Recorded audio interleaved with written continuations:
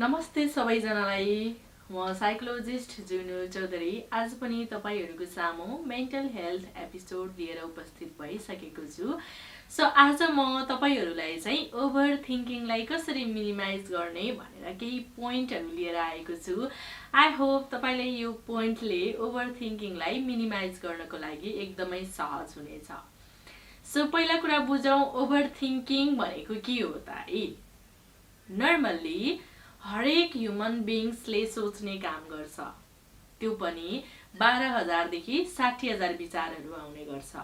यसको मतलब के हो भने सबैलाई 12,000 देखि 60,000 विचारहरू आउँदो रहेछ। ती विचारहरूमा पनि प्राय जसो हाम्रो विचारहरू 85% नेगेटिभ हुने गर्छ। अब यहाँबाट थाहा पाइसक्नु भयो होला, पर डेमा 60,000 को हाराहारीमा विचार आउँछ भने हामी ह्युमन बीइंग्स कति ओभरथिंक गर्छौं होला। त्यसमध्ये पनि नेगेटिभ 85%। भनेपछि तपाईलाई मात्रै नभएर ओभरथिंक त हरेक ह्युमन बीइंग्सलाई हुँदो रहेछ। बट ओभरथिंक भनेको चाहिँ पोजिटिभ भयो भने तपाईको बडी, तपाईको माइन्ड, तपाईको सोललाई खासै प्रभाव पर्दैन। ओभरथिंक पोजिटिभ भयो भने तपाईको बडी, तपाईको माइन्ड, तपाईको सोललाई खासै प्रभाव पर्दैन। तर नेगेटिभ कुरामा ओभरथिंक भयो, त्यो पनि लिमिटेसन भन्दा माथि भने पक्कै पनि त्यो कुराले तपाईको बडी, तपाईको माइन्ड, तपाईको सोल सबैलाई असर गर्छ। यसको मतलब के हो भन्दाखेरि पोजिटिभ कुरामा ओभरथिंक भन्दा पनि नेगेटिभ कुरामा ओभरथिंक हामीले कसरी मिनिमाइज अथवा ब्यालेन्स गर्न सक्छौं भन्ने कुरा आउँछ। विचार छैन भने मान्छे कहिले पनि हुन सक्दैन। हामी जुन कुरा सोच्छौं त्यो कुरा रियालिटीमा हुन्छ। त्यो कारणले गर्दाखेरि हाम्रो जीवनमा आउने उतार चढावसँगै विचारमा पनि पक्कै पनि प्रभाव पर्छ। तर ती कुरालाई हामी व्यवस्थापन गर्न सक्यौं भनेपछि सबैभन्दा राम्रो कुरा त्यही नै हुन्छ। त्यसकारणले गर्दाखेरि हामी अब नेगेटिभ कुरालाई कसरी व्यवस्थापन गर्न सक्छौं त भन्ने कुरा हुन्छ है। सो त्यसको लागि केही मैले बुँदा लिएर उपस्थित भइसकेको छु। पहिलो बुँदा रहेको छ, identify your destructive thought pattern है। थट प्याटर्न भन्नाले तपाईको सोच्ने शैली। तपाईको सोच्ने शैलीमा के गडबडी छ त, के कुरा बिग्रिरहेको छ त, पहिला आइडेन्टिफाई गर्न सिक्नुस् है त। तपाईले जब आफ्नो विचारलाई, आफ्नो थिंकिङ प्याटर्नलाई आइडेन्टिफाई गर्नुहुन्छ, तपाईलाई नेगेटिभ थट ब्यालेन्स गर्न एकदमै सहज हुन्छ। सपोज उदाहरणको लागि तपाईले के कारणले नेगेटिभ थिंकिङ बढी आइरहेको छ त? तपाई खाली बसेर आइरहेको छ कि, तपाई अरूसँग कम्पेयर गरेर आइरहेको छ कि, तपाई आफैमा लो सेल्फ स्टिम भएर आइरहेको छ कि, तपाईले एक्सटर्नल फ्याक्टरले धेरै नै प्रभाव पर्छ, अरूले के भन्छ, अरूले के सोच्छ भन्ने कुराले आइरहेको छ कि, आफूमा एउटा एनालाइज गर्नुस् डिस्ट्रक्टिभ थट प्याटर्नलाई। के कारणले मैले ओभरथिंक गरे त? अनइम्प्लोयमेन्टले भयो कि, मेरो इक्जाम बिग्रेर भयो कि, तपाईको दिनचर्यामा विभिन्न घटनाहरू घटिरहेको हुन्छ। ती घटनाले गर्दाखेरि हामीले ट्रिगर गर्छ नेगेटिभ थिंक गर्नमा, र त्यही मात्र बढ्यो भने ओभरथिंक हुन्छ। त्यो कारणले गर्दाखेरि तपाईको जीवनमा घटेको घटना, तपाईले ट्रिगर गर्ने फ्याक्टरहरू के हो त? त्यो फ्याक्टरले गर्दा तपाईको नेगेटिभ थिंकिङ प्याटर्न हुन सक्छ। त्यो कुरालाई हामीले आइडेन्टिफाई गरौँ हैन। त्यो कुरालाई सपोज आइडेन्टिफाई गर्नुभयो, सपोज म इक्जाममा फेल भएँ, त्यो कारणले गर्दाखेरि मलाई ओभरथिंक भयो। सपोज मेरो रिलेसनशिपमा ब्रेक भयो अथवा फेल भयो, त्यो कारणले गर्दाखेरि ओभरथिंक भए, कारण हुन सक्छ। अब ती त भयो एउटा घटना। अब यो घटनालाई कसरी व्यवस्थापन गर्ने त? तपाई फेल भएपछि एकपटक पास हुने मौका नै आउँदैन र कहिले हैन। पक्कै पनि तपाई अवश्य अर्को पटक पास हुन सक्नुहुन्छ।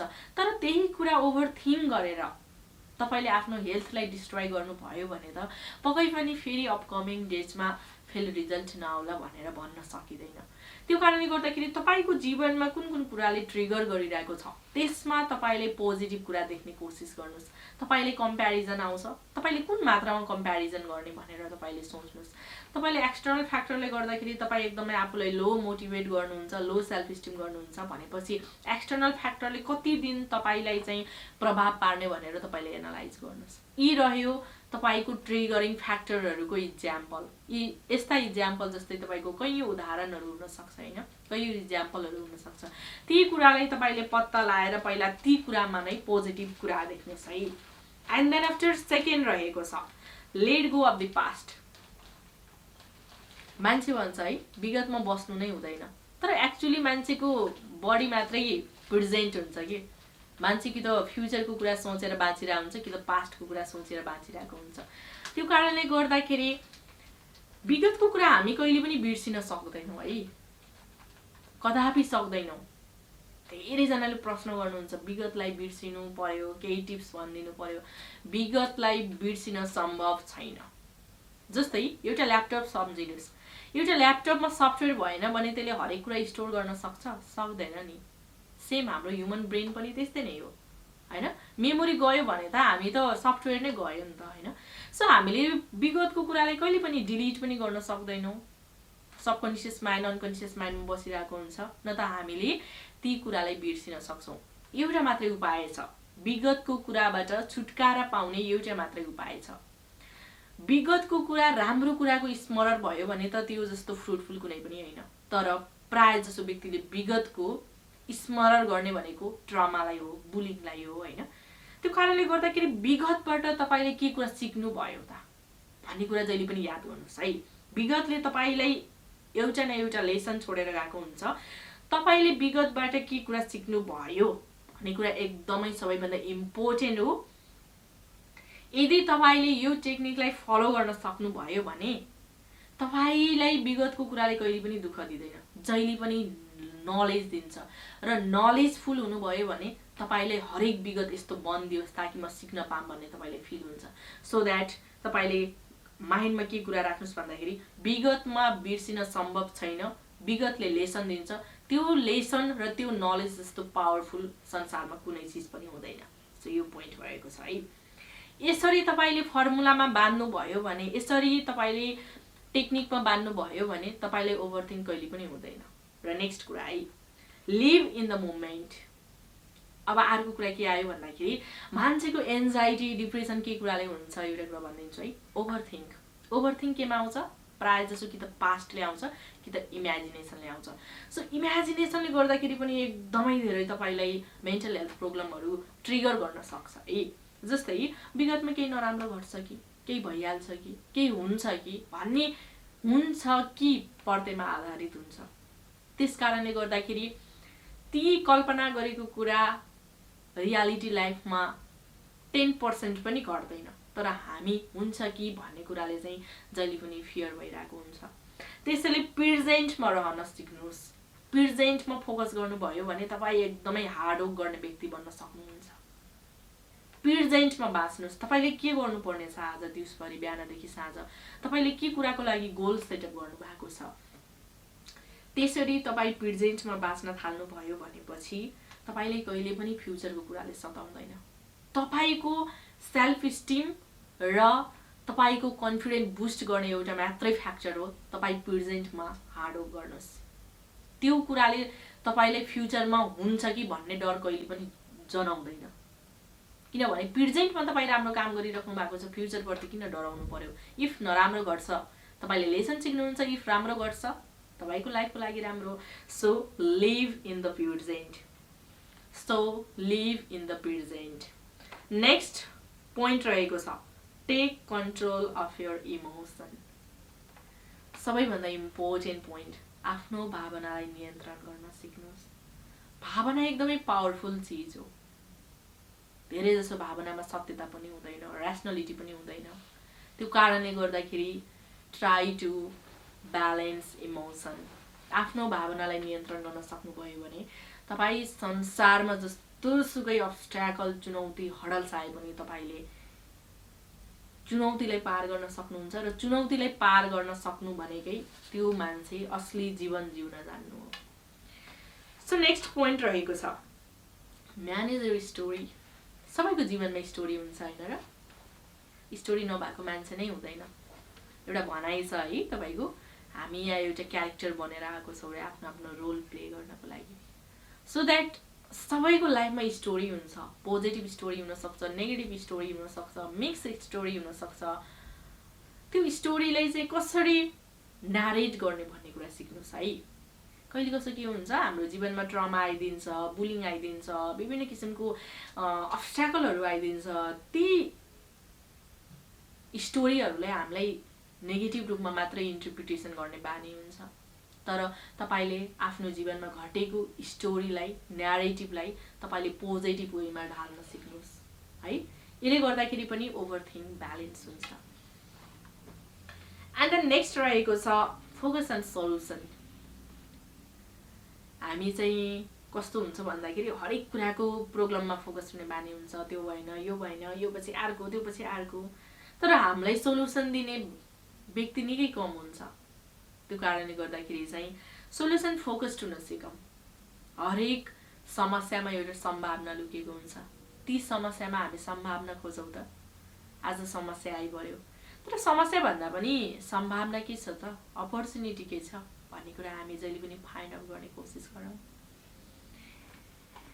अर्को रहेको छ know the differences between fear and intuition.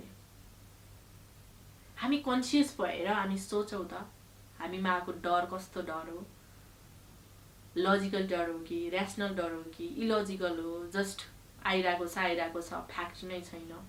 जहिले पनि त्यो कुरालाई छुट्याउँ, हामीमा आएको डरलाई र हामीमा आएको कन्सियस लजिकलाई हामी छुट्याउँ त।